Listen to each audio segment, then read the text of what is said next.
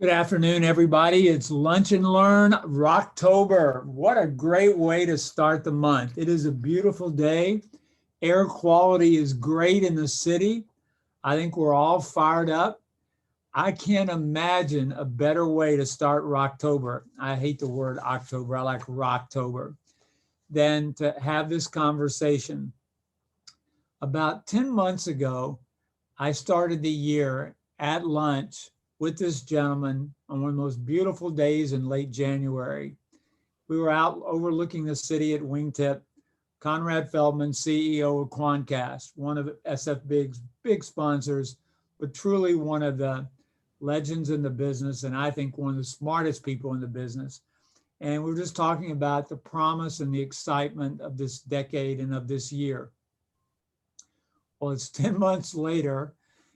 Konrad and I are back together talking under a bit of a different screen, but I think both of us still feel good about where we are. And so Konrad, number one, welcome. Good to see you. How are you? How's life? Safe, family, everybody good? Everyone's good. I mean, I think as adjusted as we can be to this new normal. Looking forward to we get back to the old normal, but recognizing that's going to take a while. And it's going to take a while. So let's take that as our first question. March 15th, Mayor Breed, Governor Newsom, we went shelter in place. How has I'll get into personal later, but how has the business and business life of Quantcast changed since then? Well, I think, like everyone else who works in the advertising industry, we've seen a marked impact from the pandemic, especially early on. I think if you look back in terms of March, the change in trajectory and confidence from our customers here in the US between the beginning and the end of March was dramatic. And I feel that I had a little preview to that in some ways because, not long after we got together in probably mid-February, I was visiting our offices in Australia and in Singapore, and meeting with our team there, but also meeting with clients. And actually, I met with a number of our travel clients. So if you recall, whilst we sort of shut down here in March, China had already started to shut things down. And I met with a couple of clients come to mind. I met with one of the large tourism boards responsible for one of the state's tourism. And a significant portion of their business is tourism from China. And so already, they were thinking about the change in their business. There were no flights coming in from China by then. So they were thinking about what are the implications for their business and for the members that they represent and how would they adjust. I then met with another one of our customers, a big international airline. And, they were obviously sort of concerned and uncertain about when travel regionally would be able to start picking up. And then I actually flew from, I can't remember whether it was Sydney or Melbourne to Singapore, and the plane was empty, which I wasn't used to seeing. In Singapore, I met with one of the regional airlines. I met with a hotel chain, and business was already, really coming down across the entire region. And in fact, I was due to then travel on to Tokyo, but didn't, because they'd sort of, having thought they'd got through it all, they sort of got a new uptick and actually started to shut down again. So I came back having seen the impact that had been there. And actually I remember putting a note together to our board at the end of February saying that we're going to see depressed activity through the remainder of Q1, probably into Q2, from the impacts of the coronavirus in APAC. And we should expect this to occur more broadly in our European and North American markets. And unfortunately, that was the case. So we'd sort of seen the hints of it. And once we got into the second week of March, we really started to see that impact. Of course, marketing is one of the first budgets that gets pulled, because if it hasn't been committed, people have got some flexibility, so that's understandable. And I think that was very common. I think that generally we see marketing being pretty directly correlated with GDP, And I think the initial estimates at Goldman Sachs initially estimated that, Q2 would be off 24%. I think it came in down 34%. So nothing we've ever experienced. Yeah, somewhere mid-30s. We'll continue that global because, I think sometimes people here in the Bay Area, sometimes I think many Americans forget there's another world. There's the rest of the world. How has it, because you are global, you are a phenomenal global company in our business. How has it affected, as you saw Europe, as you saw Asia, how has it affected, your offices in Europe? Because I know you have a strong London presence, and I think a couple of other cities as well.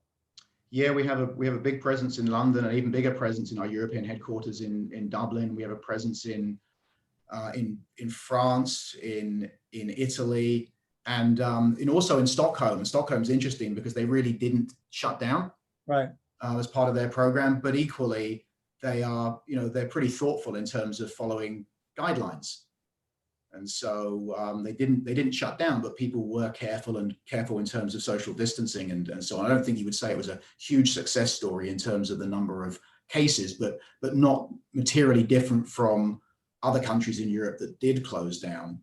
We work to follow the local guidance that we had from local governments, both country level and regional, in terms of office openings and office closings. I think our first office to close was our Milan office. Italy was obviously hit very hard. That was also our first to reopen.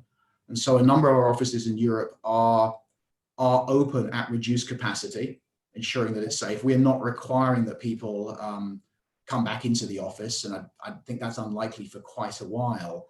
But also, people have very different circumstances. We operate in a lot of cities that are expensive, like San Francisco and New York and London and Dublin. And certainly, some of our team members, certainly many of the younger ones, they might be they're in flat shares, and it's nice to sometimes have a little bit more space to work and think as well.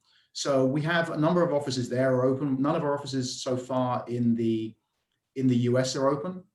We're keen to do that again with some balance, and we won't be requiring that people are back in the office for quite some time. And I think it's even likely that some of our working models will change. I'm not at the point where, we're going to just have everyone working from anywhere. I think there's a lot of good that comes from having people together for problem solving and planning.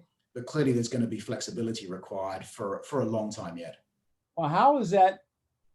This is something none of us ever prepare for, not only as employees, but as managers. How have you seen your managing team work with employees in each of the different cities to keep them motivated? Because you are obviously staying very focused and very much moving forward. How are you motivating virtually? Yeah, so I think there's the things that we are doing formally. We've increased the frequency with which we get everyone together. So, we typically did a global all hands meeting every month. And actually at the beginning of the pandemic, when everything was shutting down, we went to weekly, just so we could keep people abreast of what was going on, what we were learning, what our plans were, what things we could be doing to support our customers, and also learning from our colleagues that were at a different stage in terms of dealing with this. One of the things that we did when we talked about closing down in the US was have the managing director of our Italian business, Ilaria, talk about how they had handled the shutdown, how they kept in touch with their customers and kept supporting their customers and so on. So we increased the frequency of communication. We're now back to doing sort of bi-monthly all hands. I have a daily check-in, just very brief, and sometimes there's almost nothing to cover, a daily check-in with my directs, and we get the whole leadership team together every week. And I think that different groups have found things that work for them. They might start by, collectively watching a video or, sharing something that personal about some of the team members that they're willing to share, just a way of trying to maintain some communication and keep people connected. The biggest feedback that I get from talking to a lot of different people is trying to create that work life. You're in your house, your home, your office, kids, roommates, friends, whatever, trying to keep a sense of proportion and balance. And the hardest thing now is a new redefinition of time, because there really is no 9 to 5 the way that we know it.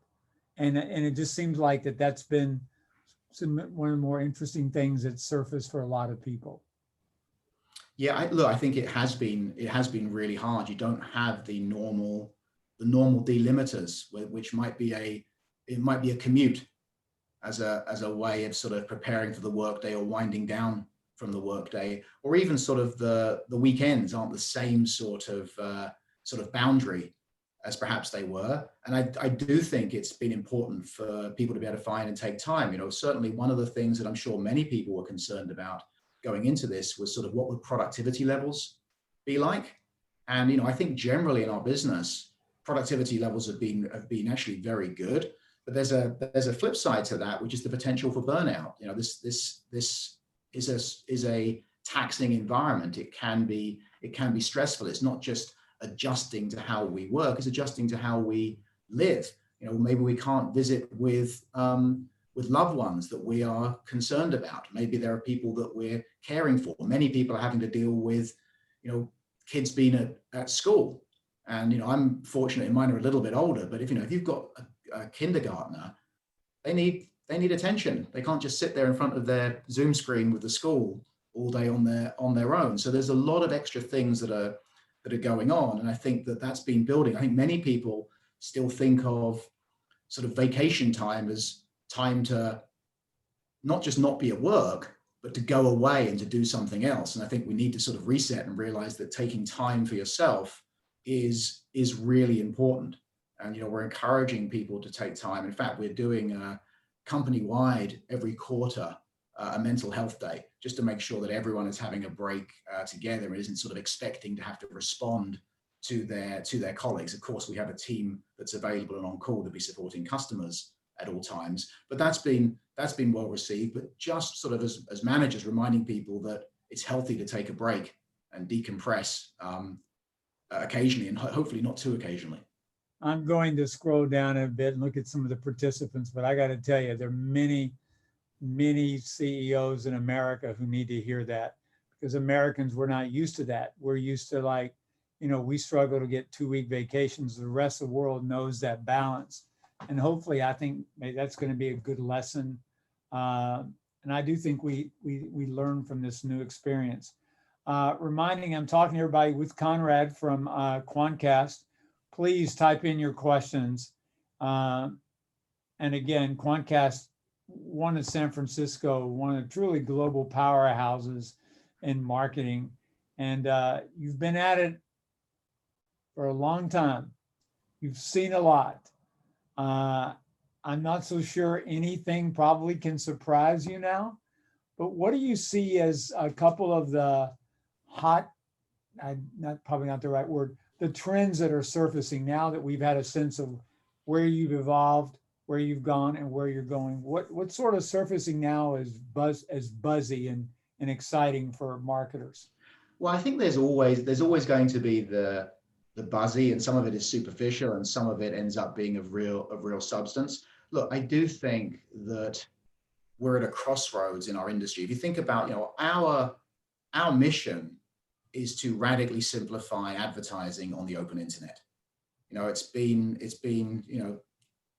20 plus years, and the internet democratized content creation. Anyone with a phone and with access to a computer could produce and distribute content to anyone that wanted to find it.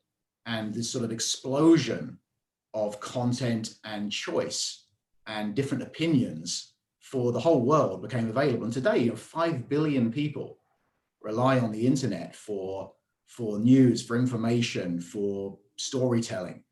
And that's a fantastic thing. But perhaps the internet's original sin was letting everyone sort of believe the myth that content is free. And content costs a lot of money, and advertising is the way most of that content is funded for most people around the world. And that model that supports the open internet economy is under pressure. it's been under pressure for some time. If you look at the growth in digital advertising, that looks fantastic. If we look at the numbers for this year, for the US alone, and keep in mind, we've had a pandemic and the subsequent economic impact of that. I think eMarketer's latest estimate is that digital marketing in the US will actually grow this year. Will grow only a little bit, but grow to about $134 billion. That's such a vast number, it's kind of hard to comprehend numbers that are that big. But for some perspective, $134 billion US digital advertising market, just the digital marketing in the US, that is bigger than the GDP of more than 2/3 of the world's countries. It's a massive number. And so if you think that it's grown to that size, and then we remember that it is those ad dollars that pay for most of the original content we get to consume, that should be a good thing, right? Yeah. But actually, when you drill into it, you find out that the vast majority of all the growth in digital advertising goes to two companies. And those two companies have built services which we all use. They're very widely used services. Most of us are using them every day, and they certainly deserve to reap the rewards from producing that. But for some perspective, they don't account for the vast majority of our time online. They certainly don't produce the vast majority of original content. Yet they're attracting most of those incremental ad dollars. And the reason for that is there's several reasons, but one is they've got fantastic data sets, and data and understanding is the foundation for effective advertising. They've got great sort of predictive modeling capabilities, but they've also made it easy for marketers to effectively deploy large budgets and have some sort of reliability in terms of the results that they get.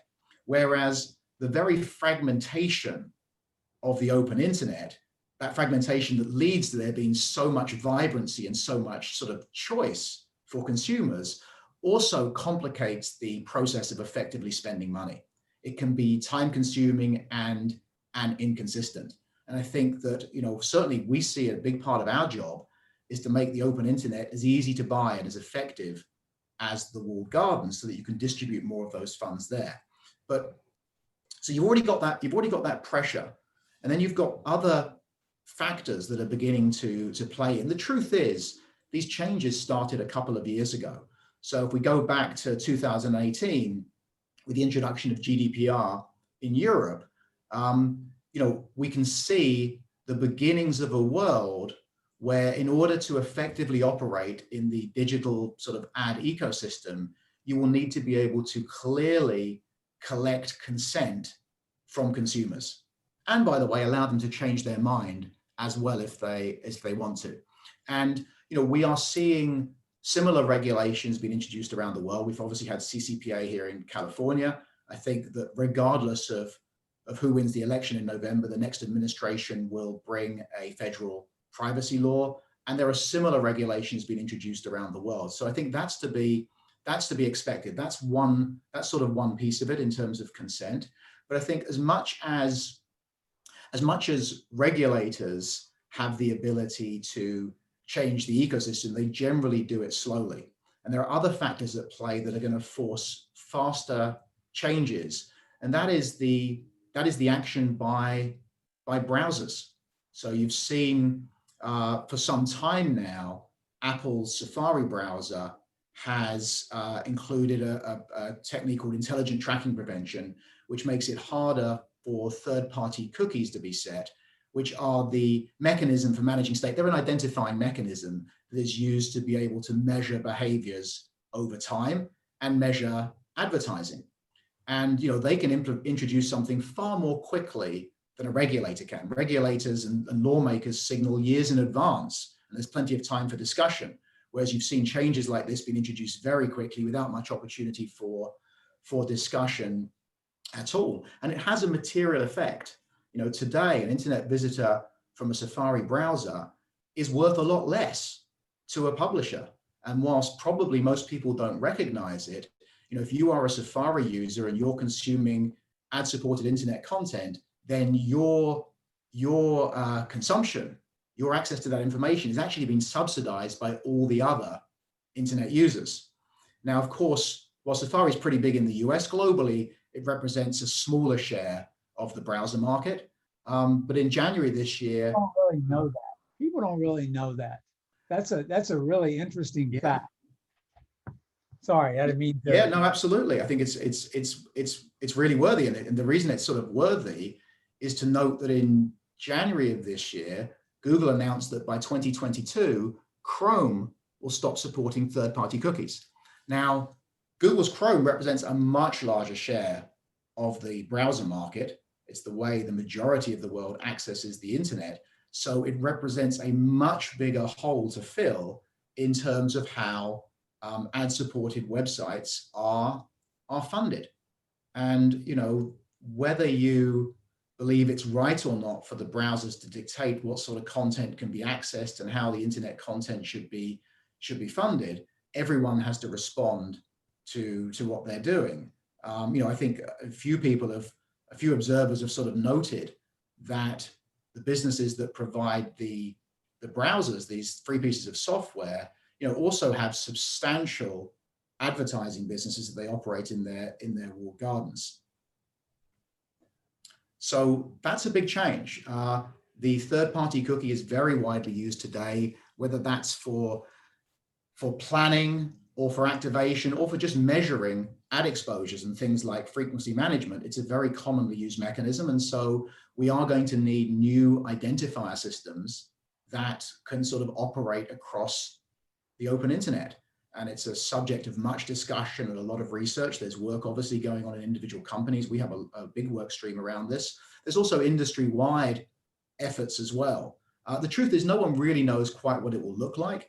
The plans won't be able to be finalized until the browsers themselves share the final details of how this will be implemented. And I expect sort of quite a scramble to react. It is going to have a pretty big impact on a number of things. But, you know, one of the areas, programmatic advertising, which of course has grown tremendously over the past decade, and for many sites is the primary way in which they generate revenue and therefore pay for the content that they produce.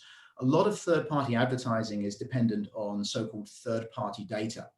So this is data that has been collected and classified by someone else and then is then used by a different party to assist with advertising measurement or delivery. You know, often it's sold via data brokers.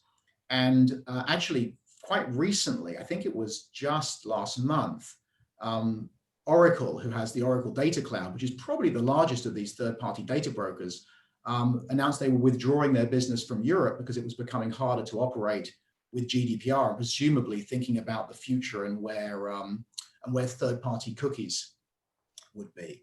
So I think there's a number of things that are going to be required to sort of future-proof the future of the open internet economy and future-proof businesses as publishers and marketers. You know, one of those is identity. And I think that the identity solutions will ultimately, I can be fairly certain, there'll be a combination of deterministic, so-called deterministic, and probabilistic. So deterministic is a mechanism when you want to determine do a set of behaviors belong to the same individual. A deterministic identifier is an identifier that you believe gives you pretty good certainty that it's actually the same person. The classic example would be an email. And, you know, deterministic identifiers are sort of the gold standard, and you can expect to see a lot more registration wars going up on websites. But realistically, even if you have a massive audience, you don't have deterministic data for all of that audience. And so deterministic data alone will only give you so much scale. And even the walled gardens, who have a lot of deterministic data, make pretty extensive use of probabilistic identities as well in terms of their tools. So if you can't determine for certain that a set of behaviors belong to the same group, then you can build a statistical model that gives you a high degree of confidence that they do. And those are probabilistic models, and they rely upon having a lot of data to build the models and the right sort of modeling approaches. So we've got quite a bit of work going on in this area. And of course, you know, the product that we launched with at Quantcast, Quantcast Measure, is a great example of how probabilistic models can provide practical, actionable information at a really fine-grained level for publishers and marketers. It's the largest probabilistic model of the open internet. So I think that identity is going to be key. Another piece that's going to be important, and this is sort of the counter of the third-party data, first-party data. First-party data is already important. It will be even more important. First-party data is simply data that you collect directly. So you understand its freshness, you understand its sort of provenance, how trustworthy it is, you understand what it is. And that's a more solid foundation for building models.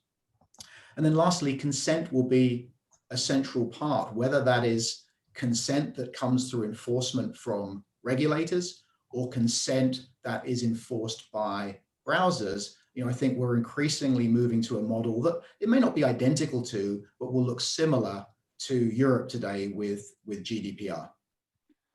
There's a lot to digest there and a lot of really good stuff. And I've got several questions from follow-up. The first is, you alluded earlier to potentially next year the government may be kicking around a federal privacy law. Absolutely. But you and I know the government is not about understanding proactive. More often than not, they're reactive. Now you've got them summoned, all the heads of, Google and Facebook and all to Washington. But do you think they really understand the challenges and the power of what technology can mean and how powerful it is in our lives, and that they don't have the ability to regulate it like they regulate driving cars or things like that? You think that they do? Yeah, I do. Obviously, regulating technology can be hard, and there's always a risk of people sort of trying to regulate away any sort of perceived hypothetical risk that could occur. And that can be dangerous, because when you do that, when you anticipate that someone could do something bad with the technology, you also then rule out all the potential benefits that can come from that technology. And all technologies have good uses and bad uses. I think in terms of a federal privacy law, of course, we want to make sure that it's something that can work effectively for the entire sort of digital media and advertising economy. But we have to recognize we already have state laws. We already have CCPA. We have other laws that have been proposed in different states. And that patchwork of dealing with regulation can become very expensive. Regulated industries tend to favor the really big companies because they have more resources. So if we are going to be dealing with regulation, as medium businesses and smaller businesses, dealing with one regulation is going to be far more cost effective than dealing with potentially 50 regulations. And that's why I think a federal privacy law is so important. Absolutely, it's an incumbent on the industry to educate in terms of how things work. But I do also think there's a decent appreciation amongst US lawmakers that regulation, if not enacted carefully, can have significant negative consequences on competition. And also, I think people do understand the importance of the media and advertising in supporting that media. There was a lot of concern earlier this year with sort of fairly simplistic ad blocking mechanisms being used because people didn't want to appear next to, for example, COVID, and yet COVID's everywhere. And now you're taking away the very money that funds journalism and news and local news in particular. And I do think there's an increasing awareness of that in DC. So I'm optimistic. Here's a question from the audience, and I have several from your comments, but this one just came in. With Chrome removing third-party cookies, do you expect lots of companies to then struggle who really rely on these third-party advertisements? So absolutely, anyone who is dependent on third-party cookies will need to find alternative mechanisms. And the difficult thing from a planning perspective is exactly what those mechanisms are. We could all hypothesize about them, and there's lots of potential paths, but fundamentally it's what will work technically in the browser. And there's a lot of conversation going on today with the browsers and the W3C for proposals in terms of how to do this. It's still fairly early stage. There is an awful lot of work. There is an awful lot of work to be done. I think Google recognized that, unlike Apple that sort of introduced changes very quickly without getting time for feedback, Google sort of realized how big an impact it was. Also, Google's got a big business in providing B2B advertising technology solutions that also need to operate with this. So they set 2022. I think they've just reaffirmed that date. They said they thought that looked reasonable. There is a lot of work to do, and of course, the ability to do that work has been set back a little bit because everyone's got to scramble with the pandemic. But a date provides a good focusing function for people to do the work, and there's certainly substantive conversations taking place in the industry about how we can find solutions that will work effectively within the requirements of the browser and will provide notice and choice to consumers, which is also essential. One of the issues that you alluded to, and one that I definitely agree with, is identity. But I can get 5 people and I'll get 15 different definitions of identity as an issue. Can you provide a little bit of clarity there? I might make it more confusing by sort of, identity. For our intents and purposes, we want to make advertising effective. So advertising can be way more effective than it is today. A lot of the advertising we see isn't relevant.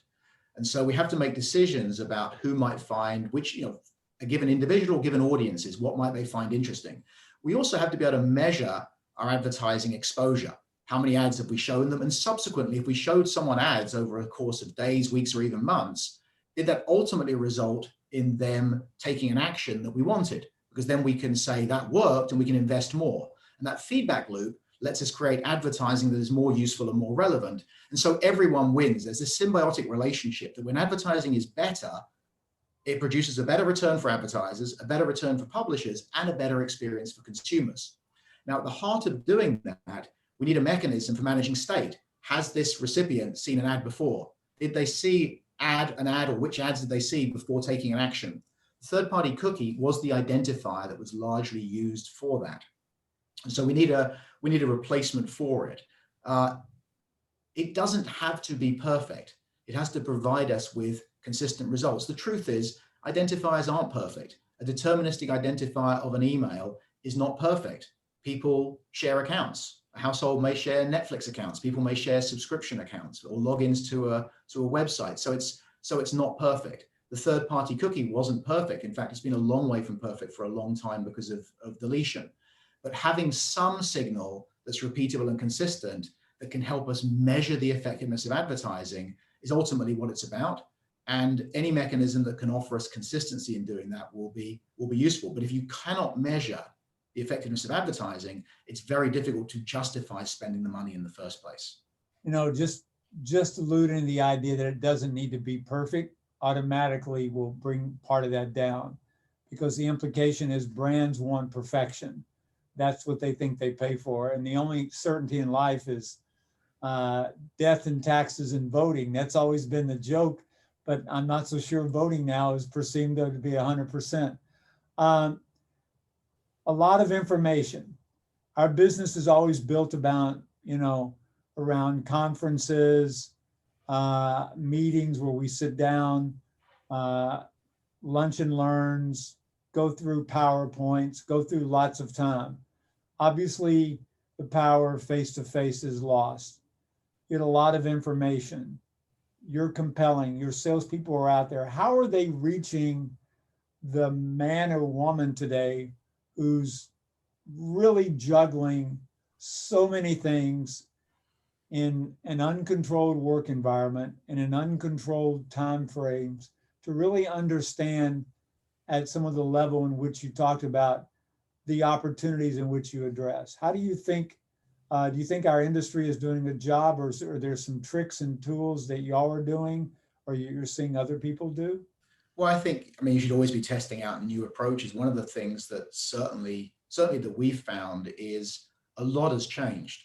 So if we think about, in the advertising industry, whether we are advertising to consumers or whether it's B2B, the needs and the priorities for our buyers may have changed.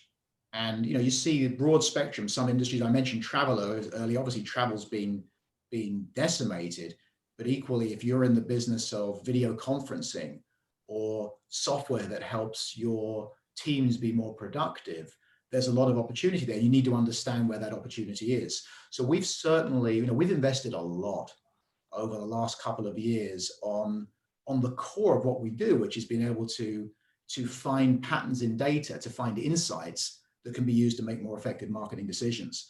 And we've found that insights have been useful. Everyone wants to understand how is my sort of personas changing, the things that they prioritize and care about, how is that changing? Because that can inform, not just a campaign or media strategy, but also product strategy. So we've certainly been using the additional sort of time that we have to double down on insights and try and make ourselves more valuable to our customers in what is a really trying time for many of them. Another question from the audience. How do you see our industry reacting to tools like the Brave browser and ad blockers becoming more prevalent in the space? There's two parts. I'll ask you that one first. Yeah. So, look, I mentioned earlier on that probably the internet's original sin was just letting everyone truly believe that content was free. Content's not free. People spend a lot of time, whether it's sort of a journalist who might spend years, an investigative journalist, to break one story that changes society, or if it's a teen spending hours, or in my household, weeks practicing a TikTok. A lot of effort goes into producing content, and it needs to be rewarded. And we haven't tackled that. Now, if you think about the future that we're moving to, where we're going to need to have more of a conversation with the people that consume our content, at the very least in terms of getting consent, maybe it's the opportunity to have that sort of honest conversation.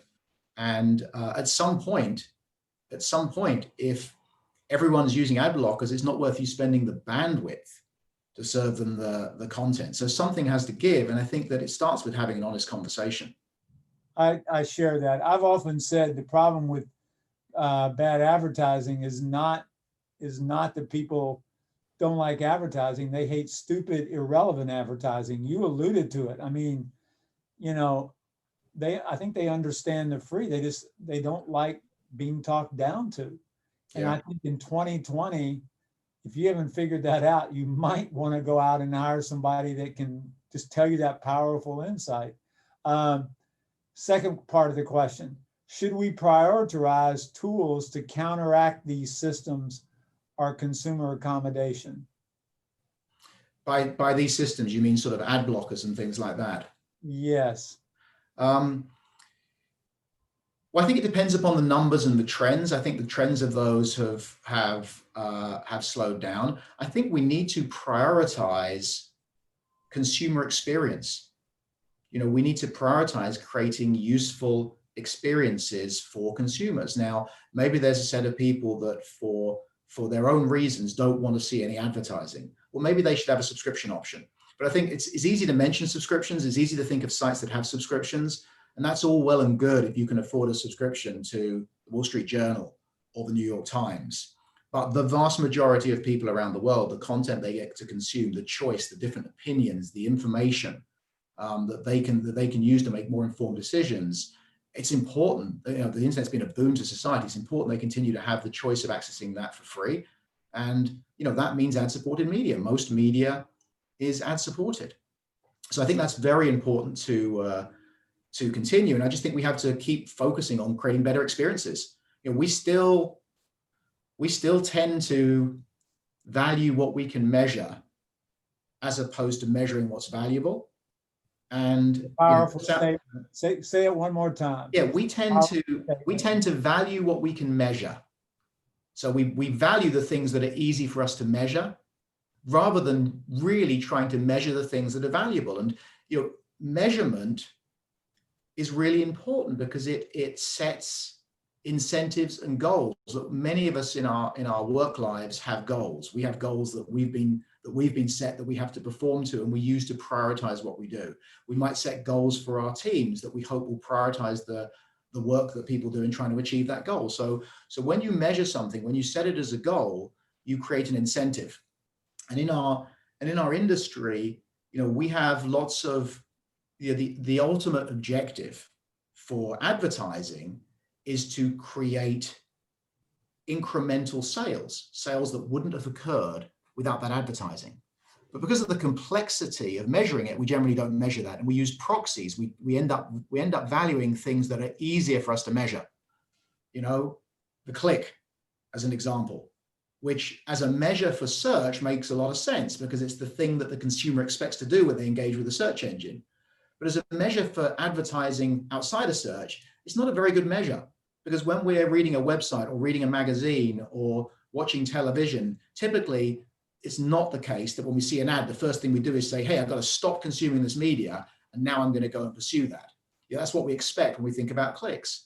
Even sort of moving beyond that and using last touch can result in more ads on a page. If you've got more ads on a page, there's more chance one gets the last touch, even though we sort of intuitively all know that a page that's got 20 ads on it, each of those ads is going to be less effective than a page with just 3 ads. So I think that everything we can do to think fundamentally, of course, we should look at steps in terms of how we can make sure that we use technology to help fund our business. But if we sort of focus on the most fundamental issue, I would say, is how do we make advertising relevant and useful for consumers? And the better we get at doing that, even with the challenges that are coming, even with the challenges of identity and third-party data going away, and how are we even going to measure things without third-party cookies? Even with those challenges, if we just keep focused on how do we make advertising as useful and relevant as we possibly can for consumers, I think everything else flows from that.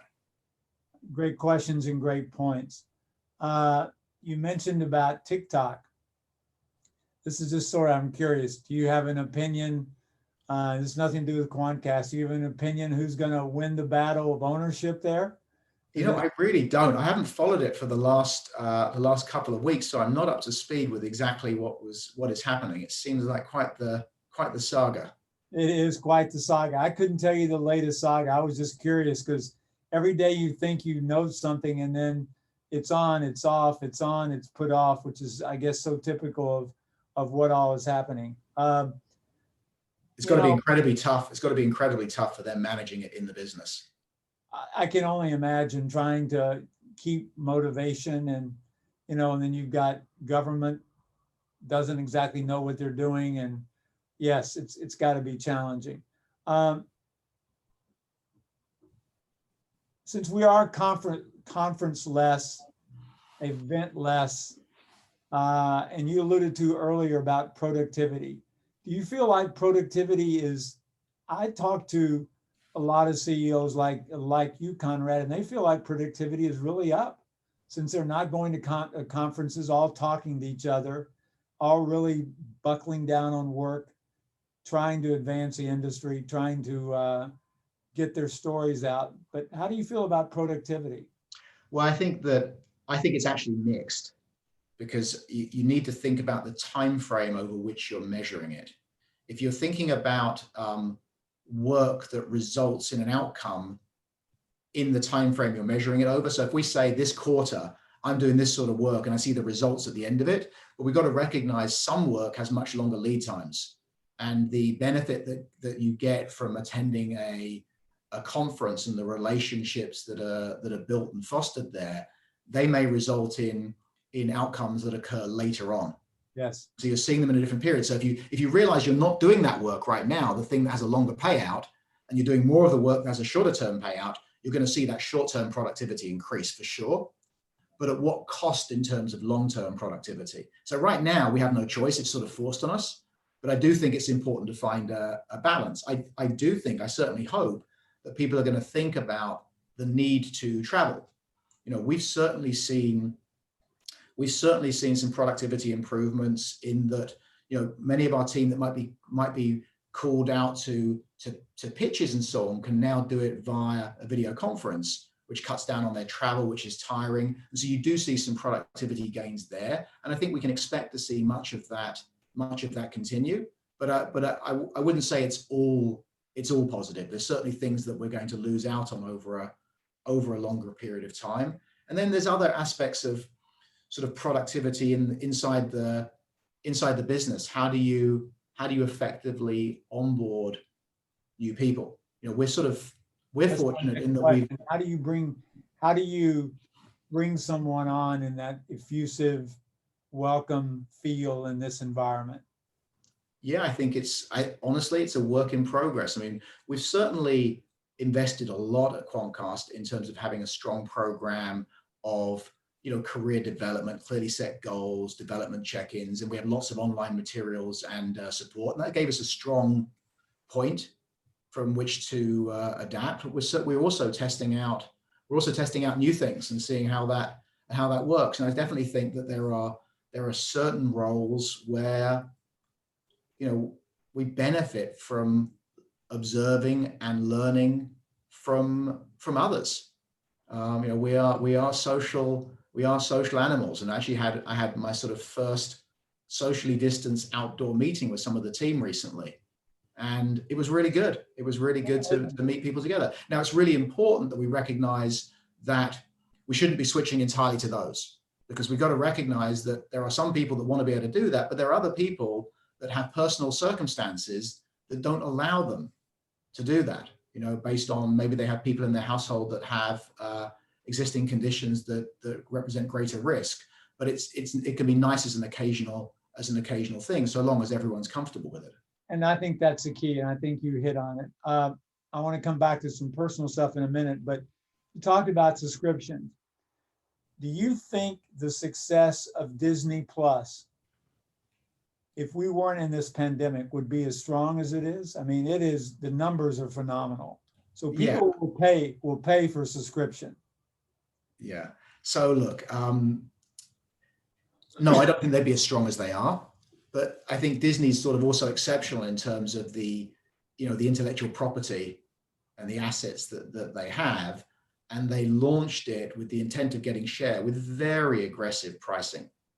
The bundle of all the pieces that they have available is very aggressive pricing. So no, absolutely, the pandemic has fueled an increase in that. And if I look at entertainment, digital entertainment, as one of the sectors that we work in, that's through the roof.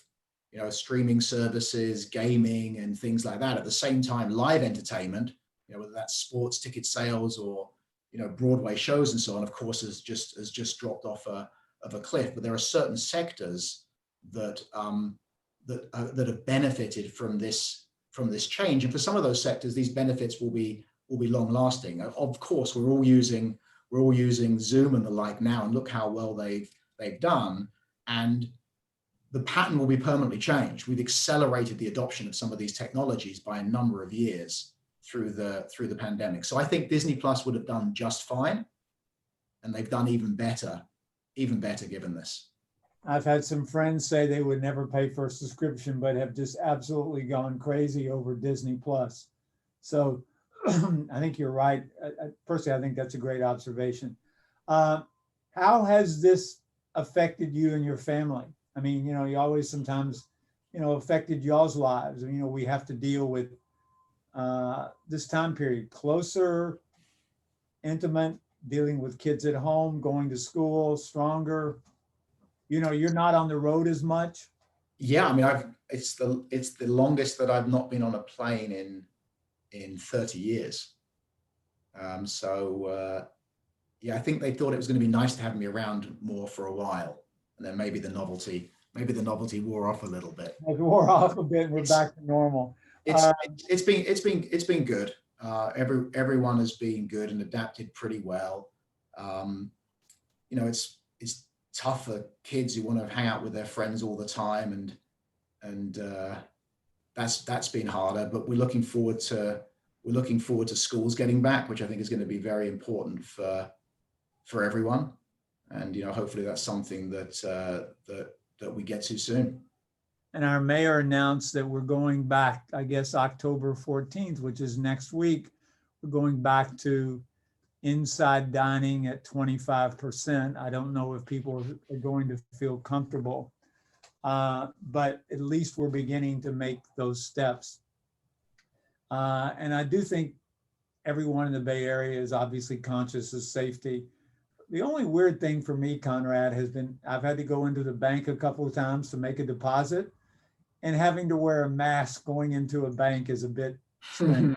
It's been a bit weird. It's July 8th, 2021. You and I are having lunch at Wingtip. We're back to 50%. We're back to. What do you think the 2 or 3 big, oh wow, things that look back that like this really stood out? These were big game changers. Sort of a look back, because you are great at looking forward. What do you think looking back, the power of now?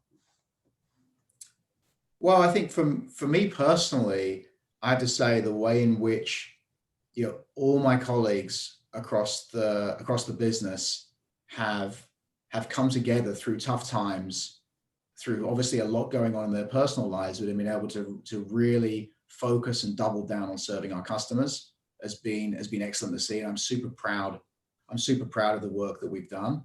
I hope we can look back and look, hopefully by then we can look back at a country that has more unity. I think we need that. We need that right now. I think we'll be looking back on lessons that we've learned in dealing with COVID. We've still got a lot to learn. And it's gonna take time. It's gonna take time for us to get back to normal as it was before. That's gonna take quite some time. But hopefully we're able to look back and say that we got case numbers down across the country to the point where we could sort of start opening up properly with precautions. As was, I think, beyond that, it's going to be very stop-start in terms of waiting on stimulus and so on. Yes. I want to thank you for taking the time. I mean, Pleasure. I've got tons more questions, but we're very always respectful for you to take time out. And ladies and gentlemen, Quantcast, as we know, is a big sponsor of sfBIG, but more important, it is truly one of the most innovative companies headed by a gentleman who is as class as they come in the industry. And he did allude to something I want to remind everybody. November 3rd is very important. I got my ballot in the mail. Vote. We don't care who you vote for, but vote. There's a lot of issues besides the president and the vice president to vote for. There's a lot of things in our life that affect things around here in the Bay Area. There's some extraordinarily controversial political questions, but whatever it is you do, vote. It's your only obligation as a citizen. And it's the most important thing you can do. So I've got to get that in. Konrad, thank you so much for your time. You still got time to get out and enjoy this beautiful day. Air quality is still great. Let's just hope that it stays that way. And to all of our friends in Sonoma and Napa, we hope that you're safe and pray that your life can move ahead. And to all of you, look forward again. It's Rocktober. This is normally our best time of the year, summer. It's a time to get out and enjoy. Konrad had a lot of valuable points. I've got lots of great notes. The measure what's valuable sticks with me so much. Konrad, thank you. My pleasure. Thank you. Thank you, everyone. Good to see you. Everybody have a great afternoon and be good, sfBIG. Cheers.